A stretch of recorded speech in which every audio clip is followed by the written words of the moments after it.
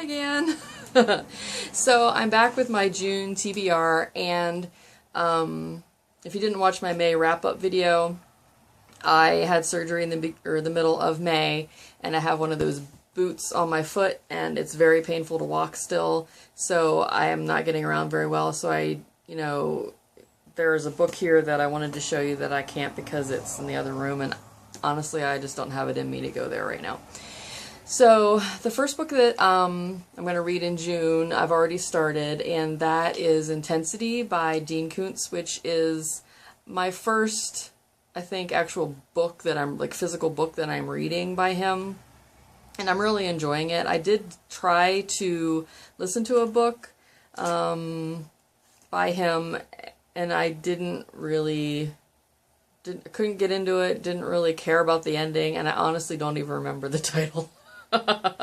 So I'm hoping that was just like an odd occurrence, because I did order 2 more of his books in my last book outlet haul.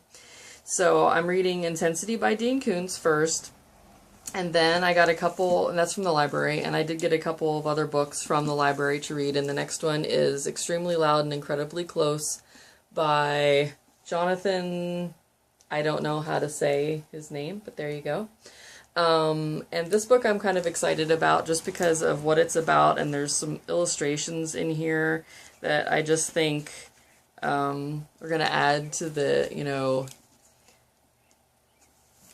I don't know, the feeling of the book. I don't know. I'm not sure. But people have really said good things about it, so I want to give it a try. So that's what I'm going to read after Intensity. And then I got another Neil Gaiman book, and this one is also from the library, and this is Neverwhere, and also has some really good ratings on Goodreads, so I wanted to give it a try. The other Neil Gaiman book that I've read is The Ocean at the End of the Lane, and I really enjoyed that. Now I realize that that's more of like a young audience, but everybody loves Neil Gaiman, right? So I'm going to give it a try and see if I like this one too. And this is more of a, it says science fiction on the spine by the library, but, yeah, it sounds interesting. It says, Richard Mayhew is a young man with a good heart and an ordinary life, which is changed forever when he stops to help a girl he finds bleeding on a London sidewalk. His small act of kindness propels him into a world he never dreamed existed. There are people who fall through the cracks, and Richard has become one of them.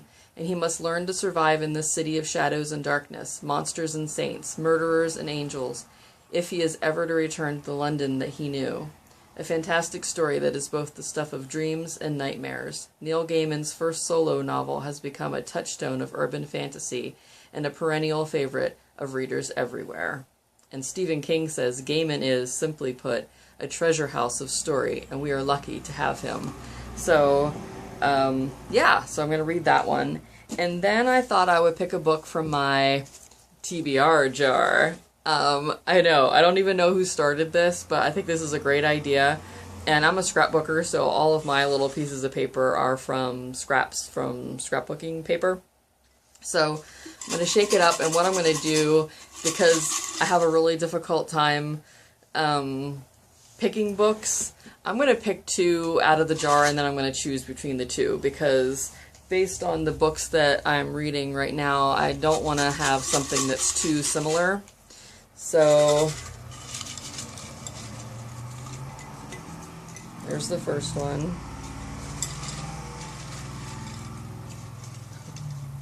Okay, second one. So this was the first one.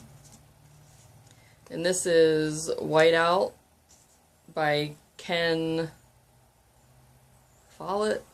I have no idea. And I just bought that one at the Goodwill. It looks like it's brand new. And Tainted. And if I remember correctly,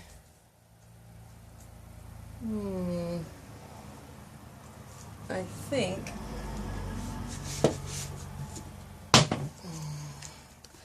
this is Tainted. This one I just got.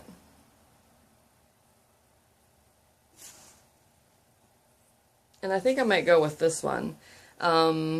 It says Holly Barrett first saw Jack Dane early one morning. Tall, tan, and so heartbreakingly handsome, he took her breath away.